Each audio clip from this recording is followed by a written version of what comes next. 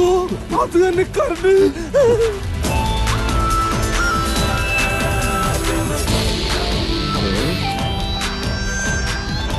ഞാൻ നിൽക്കുന്നതാണ് ഡോക്ടർ ശാന്താറാം. അത് ഞാനല്ല. പിടിയടാവനെ.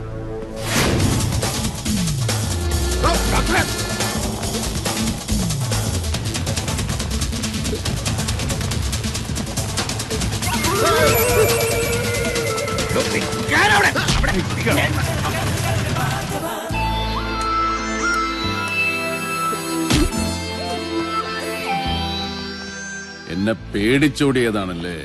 അല്ല, ഡോക്ടേഴ്സ് അസോസിയേഷന്റെ വാർഷികത്തിന് ഓട്ട മത്സരത്തിന് പേര് കൊടുത്തിരുന്നു. അതുകൊണ്ട് സമയം കിട്ടുമ്പോഴൊക്കെ ഞാൻ ഓടാറുണ്ട്. കള്ളം, പച്ചക്കള്ളം. സത്യം പറ, പേടിച്ചിട്ടല്ലേ ഓടിയത്? ഓടണം. ഭാർഗവനെ കാണുമ്പോ ഏത് കൊലക്കൊമ്പനും ഓടണം. ഓടുന്നവനെ ഓടിച്ചിട്ട് പിടിക്കലാണ് ഞങ്ങളുടെ രീതി. ഇരയെ വേട്ടയാടി കൊന്നു തിന്നുന്നതാണ് ഞങ്ങളുടെ ശൈലി.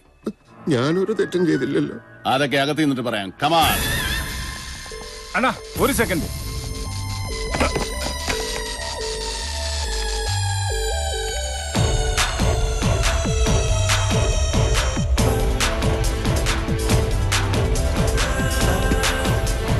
ഭ്രാന്തന്മാർക്കെല്ലാം സ്ഥലം വിടാം. ചികിത്സ കഴിഞ്ഞു.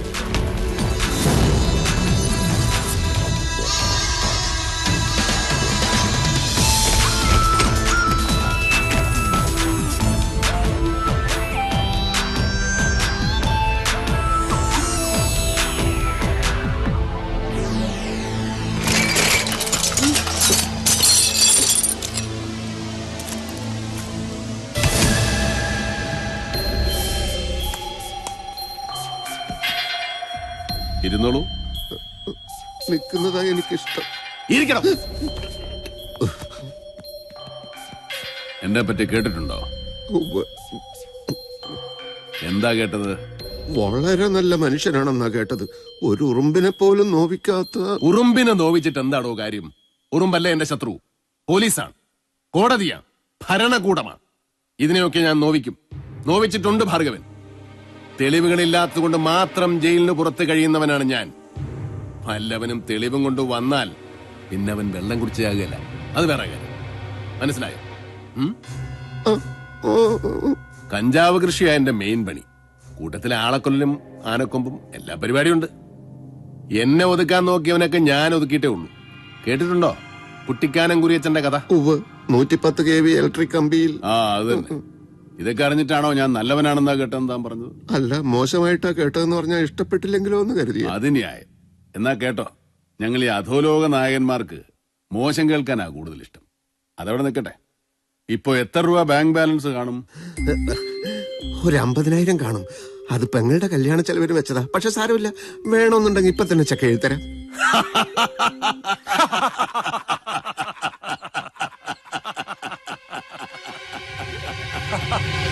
ലോകത്തെവിടെയൊക്കെയോ പോയി പഠിച്ചു. ഇക്കാലം അത്രയും പണിയെടുത്തു.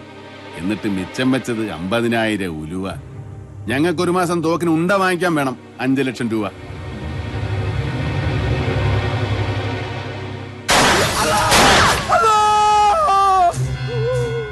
ഇതൊരു ക്ലിനിക്കാണ്. ഇവിടെ വെടി.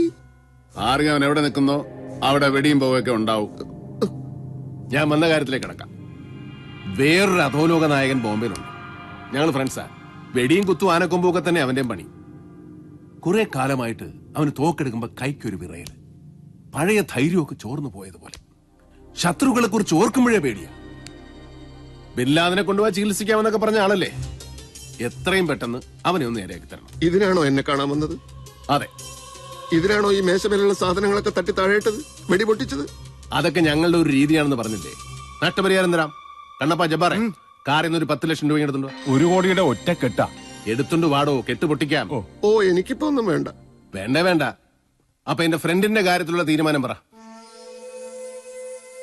ആത്മവിശ്വാസം നഷ്ടപ്പെട്ട അധോലോക നായകൻ ഫ്രണ്ടൊന്നുമല്ല, നിങ്ങൾ തന്നെയല്ലേ?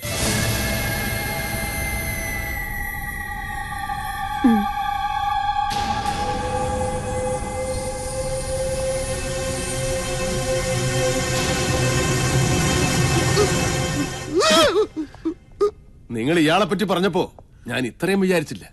ജഗജില്ലിയല്ലേ ഇയാള്? സമ്മതിച്ചിരിക്കുന്നു. മിടുക്കൻ. പകുതി ധൈര്യം ഇപ്പോഴേ വീണ്ടും കിട്ടിയതുപോലെ തോന്നുന്നു. ഇനി താമസിപ്പിക്കണ്ട. ഗുളികെ അരിഷ്ടോ എന്താന്ന് വെച്ച് തന്നോളൂ. എനിക്ക് എത്രയും പെട്ടെന്ന് പഴയ ഭാർഗവനാകണം. മനഃശാസ്ത്രജ്ഞന്റെ കണ്ണിൽ കുറ്റം ചെയ്യുന്നവരാ മനോരോഗികൾ. വെറുതെ ഇരിക്കുന്നവനെ കൊല ചെയ്യാൻ പ്രേരിപ്പിക്കുന്ന മനഃശാസ്ത്രം ഞാൻ പഠിച്ചിട്ടില്ല. ഓ, അപ്പൊ അതാണ് കാര്യം. എങ്കിൽ കൊലയും കത്തിക്കുത്തുമൊക്കെ നമുക്ക് വിടാം. ഞാൻ നല്ല അസലായിട്ട് വണ്ടി ഓടിക്കുന്ന ഒരു ഡ്രൈവറാണെന്ന് കരുതിക്കും. കുറച്ച് ദിവസമായി സ്റ്റിയറിംഗ് തൊടുമ്പോൾ എന്നെ കൈവിറയ്ക്കും. എതിരെ വരുന്ന വാഹനങ്ങൾ എന്നെ ഇടിക്കുമോ, ഞാൻ ചത്തുപോകുമോ എന്നൊക്കെയാണ് എന്റെ പേടി. ഈ പേടി മാറ്റാൻ നിങ്ങൾ പഠിച്ച ഏതെങ്കിലും പുസ്തകത്തിൽ എന്തെങ്കിലും വിദ്യ ഉണ്ടോ? പറയണോ? വരട്ടെ, ഞാൻ പറഞ്ഞിട്ട് മതി. എനിക്ക് കുറച്ച് സാവകാശം തരുമോ? ഏത് നിമിഷവും പൊട്ടിത്തെറിക്കാൻ പോകുന്ന ഒരു അഗ്നിപർവ്വതത്തിന്റെ മുകളിലാണ് ഞങ്ങളുടെ ഇരിപ്പ്. എത്ര സമയം വേണം? അത് ഒരു 2-3 ദിവസത്തിനകം പറയാം. ഓക്കെ കണ്ണപ്പാ, ഇയാൾക്ക് എന്റെ ഫോൺ നമ്പർ കൊടുക്കും. ആ റെഡിയായാൽ ഉടനെ വിളിക്കണം. പിന്നെ വേറൊരു കാര്യം, എനിക്കിങ്ങനെ ഒരു അസുഖമുണ്ടെന്ന് മറ്റൊരു മനുഷ്യനും അറിയാൻ പാടില്ല. അറിഞ്ഞാൽ ശത്രുക്കൾക്ക് എന്നെ ഭയമില്ലാതാവും. അതോടെ എന്റെ കച്ചവടം തീരും. ആരോടെങ്കിലും ഈ സംഭവം പറഞ്ഞാൽ കൊത്തിയെറിഞ്ഞ് പട്ടിക്കിട്ട് കൊടുക്കും. അപ്പൊ പാക്കല.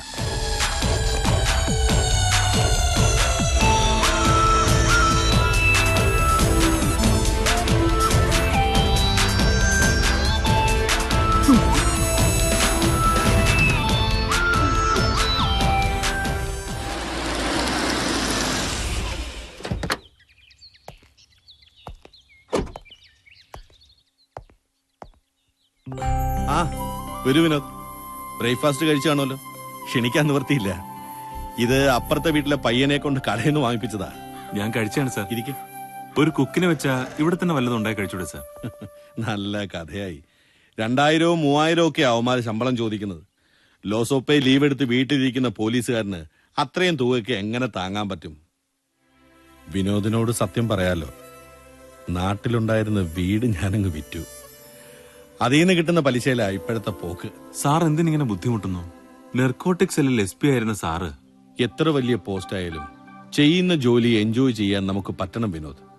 ഇല്ലെങ്കിൽ ജീവിതം നരകമാ. വിനോദിനോട് ഞാൻ പറഞ്ഞിട്ടില്ലേ എന്റെ അനുഭവങ്ങൾ? കറണ്ട് ഭാർഗവൻ, നായിഡു, ഇവരോടൊക്കെ ഞാൻ പൊരുതി നോക്കി. ഭാർഗവനെ ഒരിക്കൽ തെളിവുകളോടെ ഞാൻ പിടികൂടിയിട്ടുമുണ്ട്. അവൻ അവന്റെ പണത്തിന്റെ സ്വാധീനത്തിൽ പോറിലേൽക്കാതെ തടിതപ്പി. ഡിപ്പാർട്ട്മെന്റ് എന്റെ കൂടെ നിന്നില്ല. ഇനിയും വയ്യ, വയസ്സുമായി. സാർ പോലീസ് ട്രെയിനിങ് കോളേജിൽ അധ്യാപകനായിരുന്നപ്പോ പറഞ്ഞത് ഞാൻ ഓർത്തു പോവാണ്. ഒടുക്കം വരെ പോരാട്ട വീര്യത്തിന്റെ കനൽ കെടാതെ സൂക്ഷിക്കുന്നവനാണ് ഒരു നല്ല പോലീസുകാരനെന്ന്. മറ്റുള്ളവരെ ഉപദേശിക്കാൻ അന്ന് തയ്യാറാക്കി വെച്ച വാക്കുകൾ ഓർത്ത് ഇപ്പൊ ഞാൻ ലജ്ജിക്കാണ്. അനുഭവ പാഠത്തെക്കാൾ വലുതായിട്ടൊരു പാഠവുമില്ല വിനോദ്. ആയിരിക്കാം, എങ്കിലൊരു ശിഷ്യന്റെ അപേക്ഷയാണ്. സാർ ദയവ് ചെയ്ത് ലീവ് ക്യാൻസൽ ചെയ്ത് ചാർജ് എടുക്കണം. സാറിന്റെ കീഴിൽ ജോലി ചെയ്യാനുള്ള ആഗ്രഹം കൊണ്ട് പറയാണ്. ഐ എം സോറി വിനോദ്, നടക്കില്ല. മറ്റൊരു വഴിയിലൂടെ യാത്ര തുടങ്ങിക്കഴിഞ്ഞു. 24 മണിക്കൂറും ജോലി ജോലി എന്ന് പറഞ്ഞ് നടന്നതിലാണ് മകളെയും കൂട്ടിക്കൊണ്ട് ഭാര്യ പിണങ്ങിപ്പോയത്. ഇപ്പോ ലീവിലാണെന്ന് അറിഞ്ഞിട്ടും അവർ തിരിച്ചു വരുന്നില്ല. ഞാനില്ലാതെ ജീവിക്കാൻ അവർ ശീലിച്ചു കഴിഞ്ഞു. ഈ ഏകാന്തത, ഒറ്റപ്പെടൽ ഞാനും ഇഷ്ടപ്പെട്ടു തുടങ്ങി. സാർ, ഞാൻ വന്നത് എന്റെ കല്യാണം ഏതാണ്ടൊരു തീരുമാനമായി കഴിഞ്ഞു. സാറിനെയാണ് ഞാൻ ആദ്യം ക്ഷണിക്കുന്നത്. റിംഗ് എക്സ്ചേഞ്ചിന്റെ അന്ന് സാർ ഉണ്ടാവണം. It's A very good news. ഞാൻ എന്തായാലും ഉണ്ടാകും Vinod. Congrats and advance blessings. Thank you very much sir. അപ്പൊ ഇറങ്ങട്ടെ. കാണാം.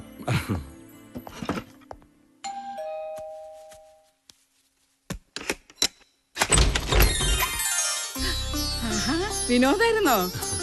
ഞാൻ ഇപ്പൊ ആലോചിച്ചതേ ഉള്ളൂ, കുറച്ചു ദിവസമായിട്ട് വിനോദിനെ കണ്ടില്ലല്ലോ. ഒന്ന് വരൂ. ഇടയ്ക്കിടെ വന്ന് നിങ്ങളെ ശല്യപ്പെടുത്തണ്ടല്ലോ എന്ന് കരുതി. ആഹാ, ഇതിപ്പോ വിനോദിന്റെയും കൂടെ വീടല്ലേ. ഇരിക്കെ, ഞാൻ കുടിക്കാൻ എന്തെങ്കിലും എടുക്കാം. രാധികയെ. അയ്യോ, ഞാൻ രാധികയെ കാണാൻ വന്നൊന്നുമല്ല. അതെനിക്കറിയാം. വന്ന സ്ഥിതിക്കൊന്ന് കാണുന്നത് കൊണ്ട് കുഴപ്പമൊന്നുമില്ലല്ലോ.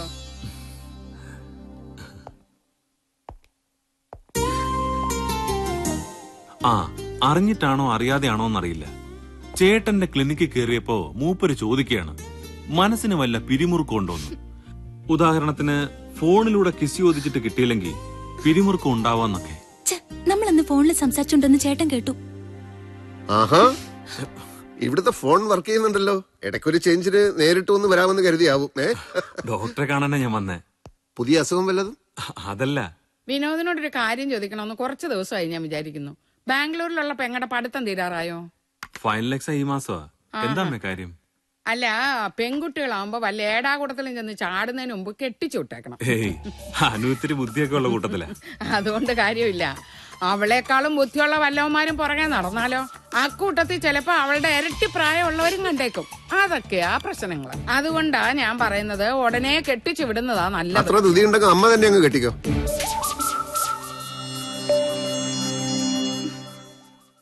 എന്തായാലും ഉള്ള എക്സാം കഴിയട്ടെ. കറണ്ട് ഭാർഗവൻ ക്ലിനിക്ക് വന്ന് എന്തിനാ? കരണ്ട് ഭാർഗവനോ? ഓ, കരണ്ട് ഭാർഗവൻ. അതെ അതെ, വന്നു. എവിടെയോ പോകുന്ന വഴിക്ക് അവിടെ കയറിയതാ. നിങ്ങൾ തമ്മിൽ മുൻപരിചയമുണ്ടോ? ഇല്ല. ഈ കാലിഫോർണിയ യൂണിവേഴ്സിറ്റി എന്നെ ടാലന്റ് ഓഫ് ദി ഇയർ ആയി തെരഞ്ഞെടുത്ത് അറിഞ്ഞിട്ട് അഭിനന്ദിക്കാൻ വന്നതാ. അഭിനന്ദിക്കാനോ? ഭാർഗവനോ? അവനേതോ വലിയൊരു കള്ളനല്ലേ? മാഫിയ തലവനാ. കഞ്ചാവ് കൃഷിയാ പണി. ഞങ്ങളുടെ ഡിപ്പാർട്ട്മെന്റിന്റെ മുഖ്യ ശത്രുക്കളിൽ ഒരുത്തൻ. അന്ന് ഡോക്ടറുടെ ക്ലിനിക്ക് വന്നില്ലേ സോഫിയ അമ്മയും? സോഫിയുടെ അച്ഛനെ ഭാർഗവൻ തട്ടിക്കൊണ്ടുപോയതാണോന്ന് പോലീസിന് സംശയമുണ്ട്. അഭിനന്ദിക്കാൻ ഭാർഗവൻ വന്നു എന്ന് പറഞ്ഞാൽ വിശ്വസിക്കാൻ കുറച്ച് പ്രയാസമുണ്ട്. അല്ലാതെ പിന്നെ അവന്റെ കഞ്ചാവ് തോട്ടത്തിൽ പണിയെടുക്കാൻ വേണ്ടി എന്നെ ക്ഷണിക്കാൻ വന്നതാണോ? എന്തോ, അവനുമായി ബന്ധപ്പെടുന്ന എല്ലാരും പോലീസിന്റെ നോട്ടപ്പുള്ളികളായിരിക്കും. അതുകൊണ്ട് പറഞ്ഞതേ ഉള്ളൂ. ഏയ്